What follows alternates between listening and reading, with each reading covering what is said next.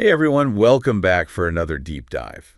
Today we're going to be tackling a topic that's, well, it's a little controversial, even within a community that you think would be pretty open-minded. Oh, yeah, definitely. This one's got some layers to it for sure.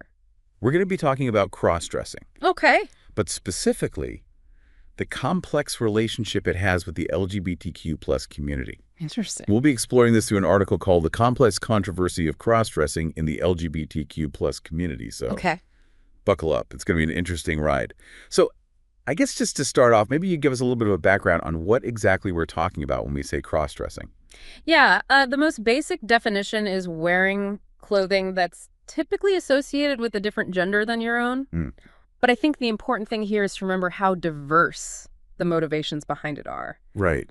For some people, it's about personal expression. For others, it's about exploring their identity. Some just like the aesthetic, and some use it as part of their art, like in drag. Totally. So it's not just one thing. It's a whole spectrum of reasons why people might choose to do this. And the article points out that cross-dressing isn't exactly new. Oh, absolutely not. We're talking centuries here, across all sorts of cultures and time periods. Right. It's got a long history. It's not just some recent trend. So we've got this long history, we've got diverse motivations, but then we get to this controversy within the LGBTQ plus community. Why is that? Well, I think the article points to a sort of fundamental tension between cross-dressing and some of the broader aims within the LGBTQ plus community. Okay, what do you mean by that? Well, if you think about it, a lot of the historical activism within the gay and lesbian community centered around sexual orientation, right? Yeah. Fighting for marriage equality, protection from discrimination, things like that. Yeah, definitely. And then you have transgender activism, which focuses more on gender identity, so things like legal recognition, access to healthcare, the right to transition. Makes sense. But then you have cross-dressing, which sits kind of outside of those two categories. It's more about gender expression, not necessarily tied to sexual orientation or a desire to transition.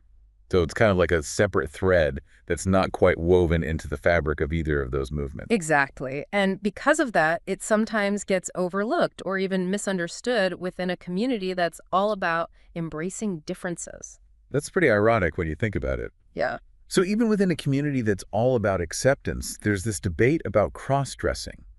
What are some of the things driving that tension? Well, one of the big ones is the misconceptions and stereotypes that still persist, even within the LGBTQ plus community itself. Give me an example. What kind of misconceptions? A lot of people assume all cross-dressers are gay or transgender, which just isn't true. There's actually a lot of research showing that a good chunk of cross-dressers, especially men, are straight. Hmm. And then there's the whole stereotype that it's a mental illness, which is incredibly damaging. Oh yeah, totally. It just adds to the stigma and makes it harder for people to be themselves. Right. And these misconceptions can lead to prejudice and discrimination both within the community and outside of it, which for some can lead to internalized homophobia or transphobia. Wow. So they're being rejected by the very people who should be accepting them. Yeah. That's tough. It's a complex issue, and it shows how deeply ingrained these societal norms about gender are, even within a community that's fighting to change them.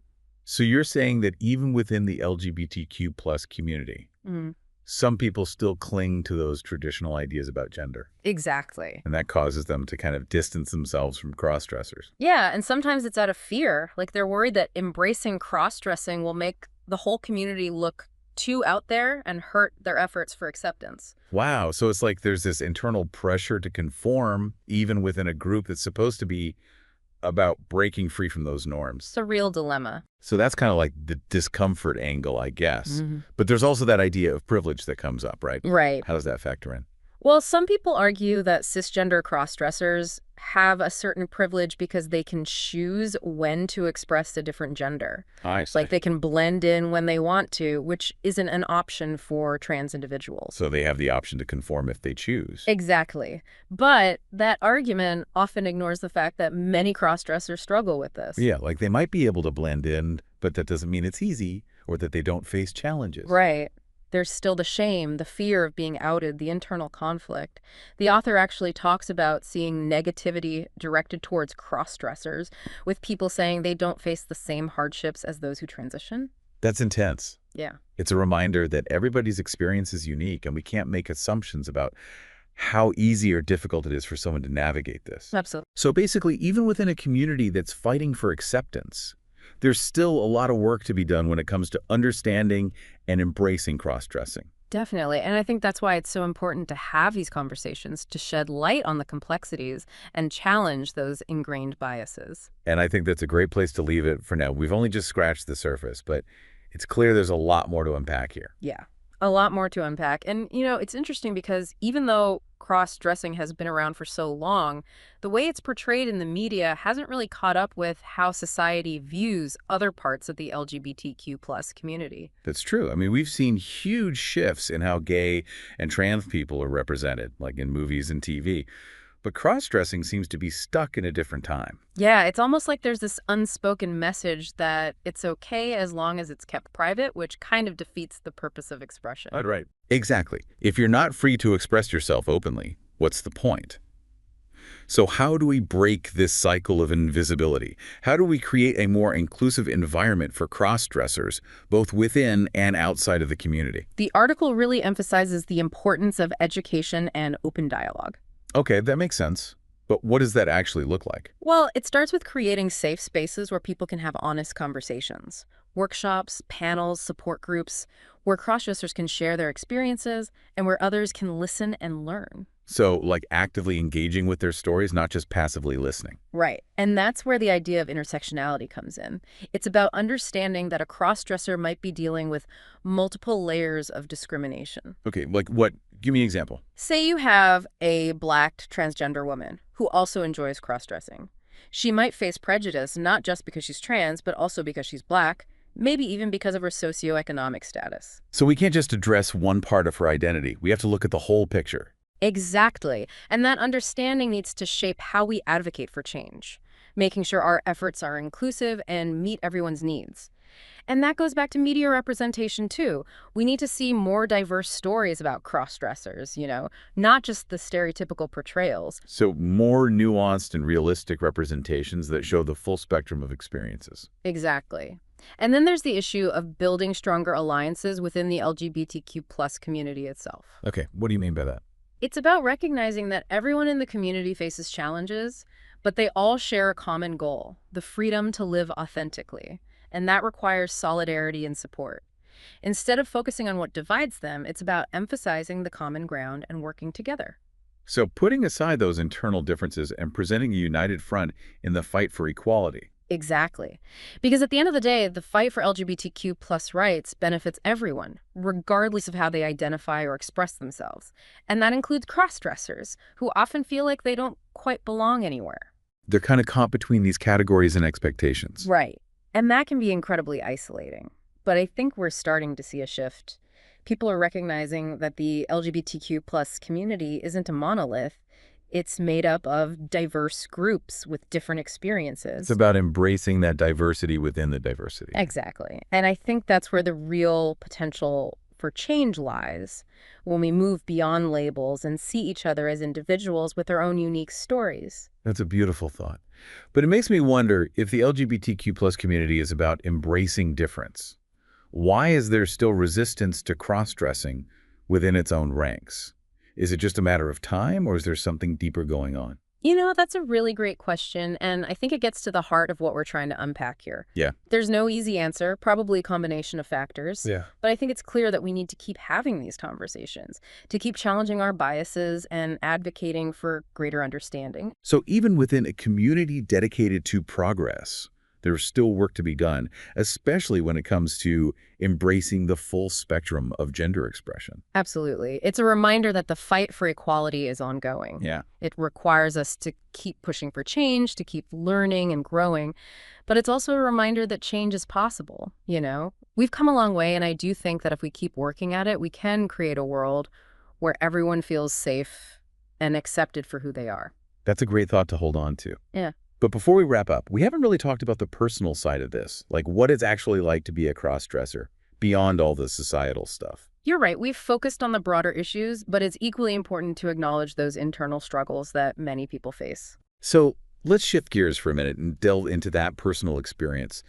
What are some of the challenges that cross-dressers might grapple with on a day-to-day basis? Yeah, it feels like we've been talking about these big ideas like acceptance and representation, but what about the individual? What's it actually like to be a crossdresser, dealing with all of this on a personal level? And the article really digs into that, talking about those inner struggles that a lot of cross-dressers face. It's not always easy to reconcile what you want with what society tells you is okay, especially when it comes to something as fundamental as gender. So even if you're comfortable with it yourself, you're still up against all those external pressures. Oh, absolutely. Mm. I mean, think about it. From the time we're kids, we're told what's appropriate for boys and girls, men and women. Right. Those messages get so ingrained, it's hard to break free, even when, you know, intellectually, that they're harmful. Yeah, like those norms almost become a part of you, even if they don't really fit who you are. Exactly. And so if you're someone who's drawn to cross-dressing, that can create a lot of internal conflict, Hmm. shame, guilt, worry about what others will think, fear of rejection, that kind of thing. Living a double life, right? Yeah, always trying to balance your desires with the fear of being found out. And I imagine that takes a toll. Oh, absolutely.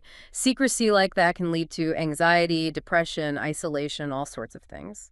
It's sad to think about all the people who might be struggling with this silently. It really is. And that's why it's so crucial to create spaces where people can talk openly about it without judgment.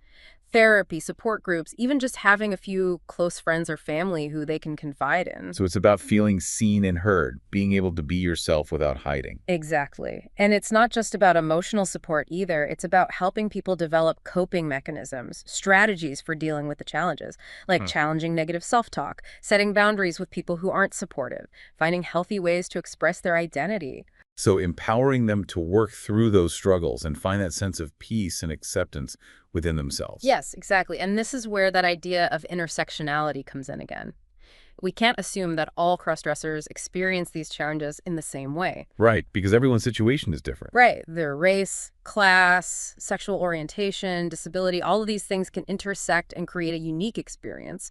And that awareness needs to inform not just our personal interactions, but also how we advocate for change, making sure it's inclusive and addresses everyone's needs. So we're talking about both individual acceptance and systemic change, creating a more just world for everyone. But that's a big task. Where do we even start? I know it can feel overwhelming, but even small actions can make a difference. Educating yourself about the issues, challenging those harmful stereotypes when you hear them, supporting organizations that are fighting for LGBTQ plus rights, these things all contribute to a more inclusive society. So it's about those individual steps, no matter how small, and then working together to create a world where everyone can be themselves. Exactly. And, as we wrap up this deep dive, I think it's important to remember that at its heart, cross-dressing is about pushing those boundaries, challenging how we think about gender. It's about recognizing that gender isn't just this rigid binary, it's a whole spectrum of expression. It's a reminder that how we express ourselves, the clothes we wear, the roles we play, those are all choices, not destinies. And that freedom to choose, to be who we truly are, that's something worth fighting for. It's about individual liberation, but also about creating a more just and compassionate world for everyone. That's a really powerful message. And to all our listeners out there, we encourage you to keep exploring these issues, challenge your own biases, and work towards a world where everyone feels safe and celebrated for who they are. Thanks for joining us for this deep dive, and until next time, keep questioning, keep learning, and keep pushing for a better future.